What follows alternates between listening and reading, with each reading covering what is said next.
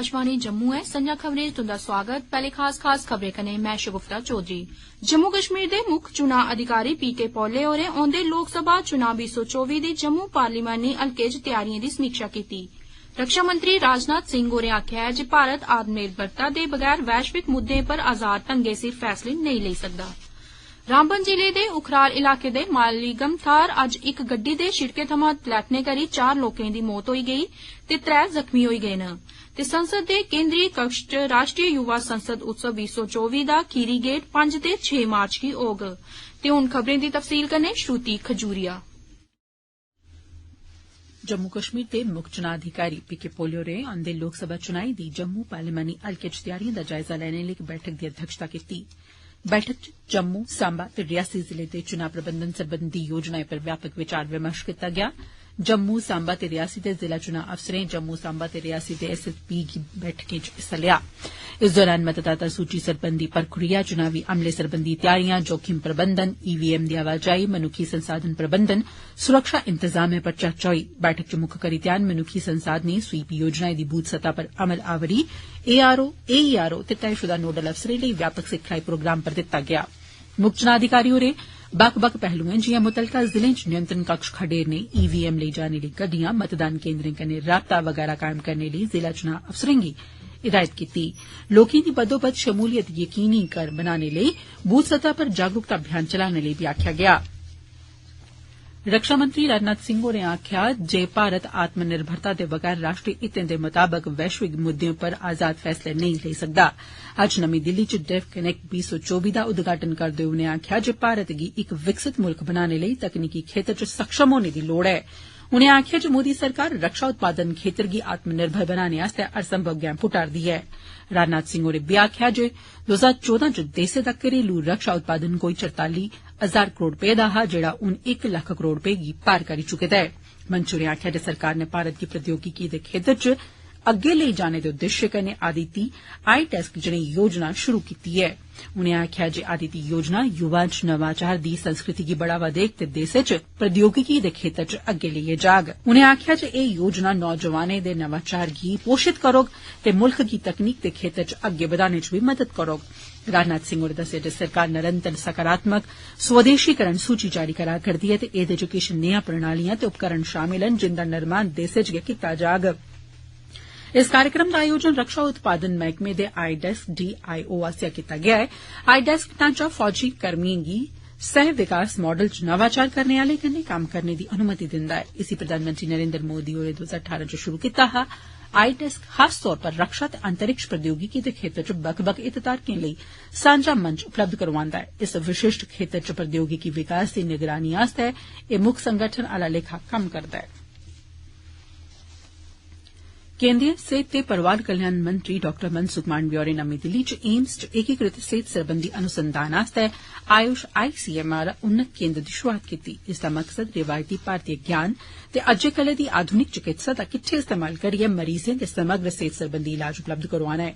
एह् केंद्र AIIMS Delhi, AIIMS Jodhpur, AIIMS Nagpur ते एम्स ऋषिकेश च कायम कीते जाङन। मांडविया होरें आखेआ जे रिवायती ज्ञान पर आधारित केंद्र बड़ा महत्वपूर्ण ऐ ते बेशक ओह् मता प्रचलित नेईं होऐ। उनें नियमित सेहत सरबंधी दिक्खभाल लेई आयुर्वेद गी शामल करने दे महत्व दा जिक्र कीता ते आखेआ जे एह् सांस्कृतिक तौर पर महत्वपूर्ण ऐ ते असरदार बी ऐ। मंत्री होरें सेहत सरबंधी सहूलतें दी गुणवत्ता यकीनी करने आस्तै भारतीय सार्वजनिक सेहत सरबंधी मानकें दी बी शुरूआत कीती।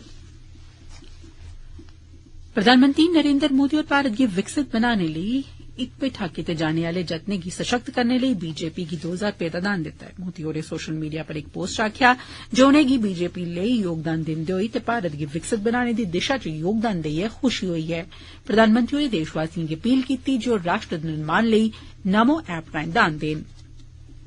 जंदे शनिवारें बीजेपी दे राष्ट्रीय अध्यक्ष जे पी नड्डा होरें बीजेपी गी 1000 रपेऽ दा दान दिंदे होई प्रधानमंत्री नरेन्द्र मोदी हुंदे विकसित भारत दे नजरिये दे समर्थन च अपना धैर्य पक्का कीता हा। उनें सब्मनें लोकें अग्गे बी अपील कीती जे ओह् इस दान अभियान दा हिस्सा बनन ते राष्ट्र निर्माण च योगदान देन।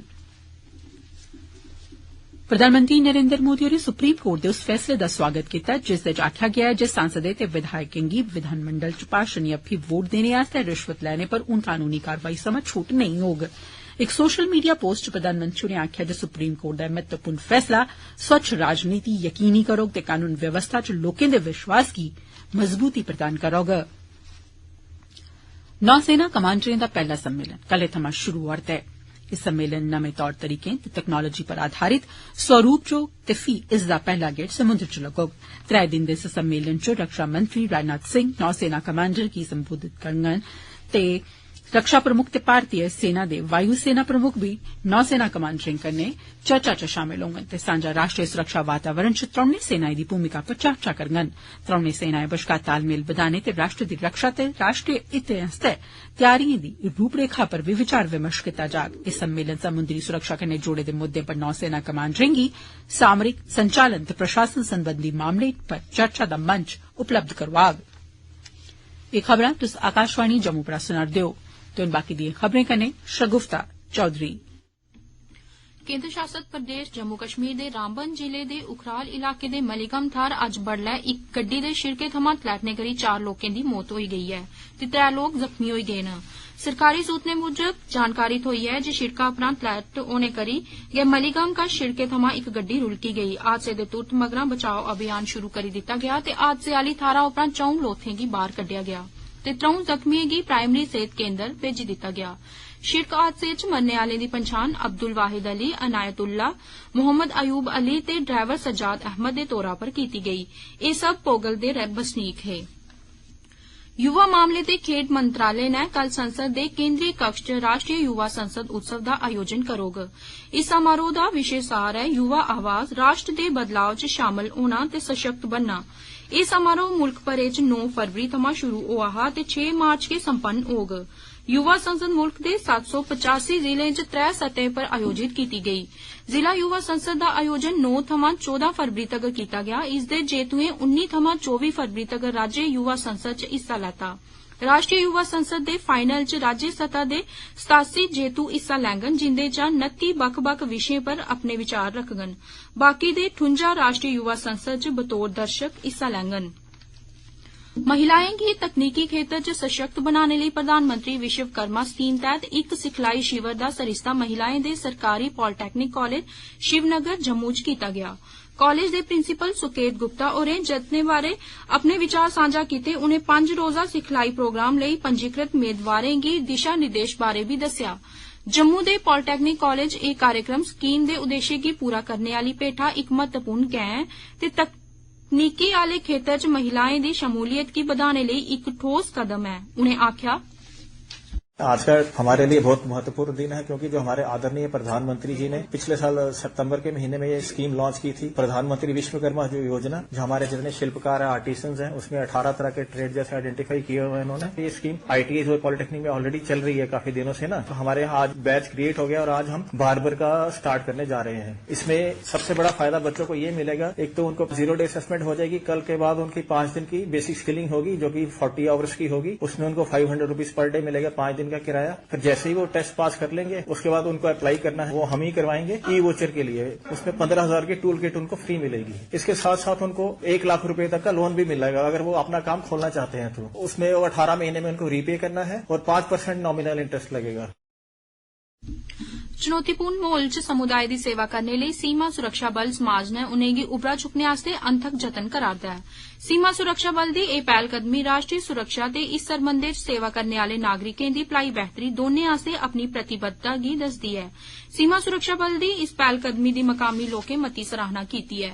इस कार्यक्रम च करीबन 480 लोकें हिस्सा लैता। साढ़े पुंछ आले संवाददाता अनुभव मिश्री कन्नै गल्लबात करदे होई खनेतर डलेरा दे साबका सरपंच मोहम्मद यासीन होरें गलाया, कैंप जो लगाया है ये हर साल लगता है, लेकिन आज का जो कैंप है मैं मुबारक देता हूँ 148 बटालियन के सीओ साहब को और हाई स्कूल खनेतर के हेडमास्टर को, जिन्होंने दोनों ने मिलकर ये कैंप रखा और 300-350 जो मरीज हैं वो फ्री चेकअप करवा रहे हैं और जो टेस्ट हो रहे हैं हम मशकूर हैं। अक्सर मैंने देखा है कि फौज जो है वो लोगों के साथ बड़ा कॉपरेट करती है और ये मकसद फौज का यही है कि बच्चों को नशे से दूर रखा जाए और बच्चों को अवेयरनेस हो कि कैसे फौज में जाना है। अभी सीओ साहब बता रहे थे कि यहाँ आप अपने बच्चों को भेजो, हम इनकी हाइट भी नापेंगे, इनका कद भी नापेंगे, इनको तैयार करेंगे फौज के लिए।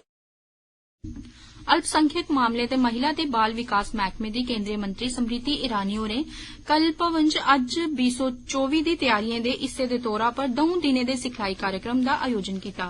एह उद्घाटन उनें अल्पसंख्यक मामले दे राज्य मंत्री श्री जान बरला हुंदी मौजूदगी च कीता। इस कार्यक्रम च बक्ख-बक्ख राज्य ते केंद्र शासित प्रदेशें थमां 550 प्रशिक्षकें हिस्सा लैता। इस कार्यक्रम दा मकसद अज्ज यात्रियें गी अज्ज बारै सारी जानकारियां पजाना हा तां जे उनेंगी अज्ज यात्रा दा पूरा अनुभव हासल होऐ। अज्ज यात्रा गी पूरे व्यवस्था आले ढंगा सिर करोआने ते उंदी यात्रा गी आरामदायक बनाने लेई अल्पसंख्यक मामले दी केंद्रीय मंत्री समृति ईरानी होरें सब्बनें अज्ज यात्रियें दे फायदे आस्तै अज्ज सुविधा ऐप दा बी उद्घाटन कीता। जम्मू कश्मीर च होआ'रदे ऐतिहासिक विकास थमां परेशान पाकिस्तान ने हून अपनी रणनीति गी किश बदलदे होई ड्रोन राएं जम्मू कश्मीर च नशीले पदार्थें दी तस्करी करना शुरू करी दित्ता ऐ। पाकिस्तान दी धरती पर कायम आतंकवादियें गी भेजने लेई कायम थाहरें गी सर्जिकल स्ट्राइक मगरा तबाह कीता गेआ हा ते इस कारवाई ने आतंकवाद दी लक्क त्रोड़ी रखी दित्ता हा। एह गल्ल राज्यसभा संसद ने भाजपा दे वरिष्ठ नेता गुलाम अली खटाना होरें बनिहाल च इक किट्ठे गी संबोधित करदे होई आखी। उनें युवाएं गी पाकिस्तान दे भैड़े मंसूबे थमां सोह्गा रौह्ने लेई गलाया। खटाना होरें आखेआ जे जम्मू कश्मीर दे लोक 7 मार्च गी प्रधानमंत्री उंदे कश्मीर दौरे गी बड़ी बेसब्री कन्नै बलगा'रदे न। अखीरै च खास खबरां इक बारी परतियै। जम्मू कश्मीर दे मुक्ख चुनां अधिकारी पीके पौले होरें औंदे लोकसभा चुनां 2024 दी जम्मू पार्लिमानी हलके च तैयारियें दी समीक्षा कीती। रक्षा मंत्री राजनाथ सिंह होरें आखेआ जे भारत आत्मनिर्भरता दे बगैर वैश्विक मुद्दें पर आजाद ढंगै सिर फैसले नेईं लेई सकदा। रामबन जिले दे उखराल इलाके दे मलीगम थाहर अज्ज इक गड्डी दे शिड़का थमां तलैटने करी 4 लोकें दी मौत होई गेई ऐ ते 3 जख्मी होई गे न ते संसद दे केंद्रीय कक्ष च राष्ट्रीय युवा संसद उत्सव 2024 दा खीरी गेड़ 5 ते 6 मार्च गी होग। एह्दे कन्नै गै खबरें दा बुलेटिन समाप्त होआ।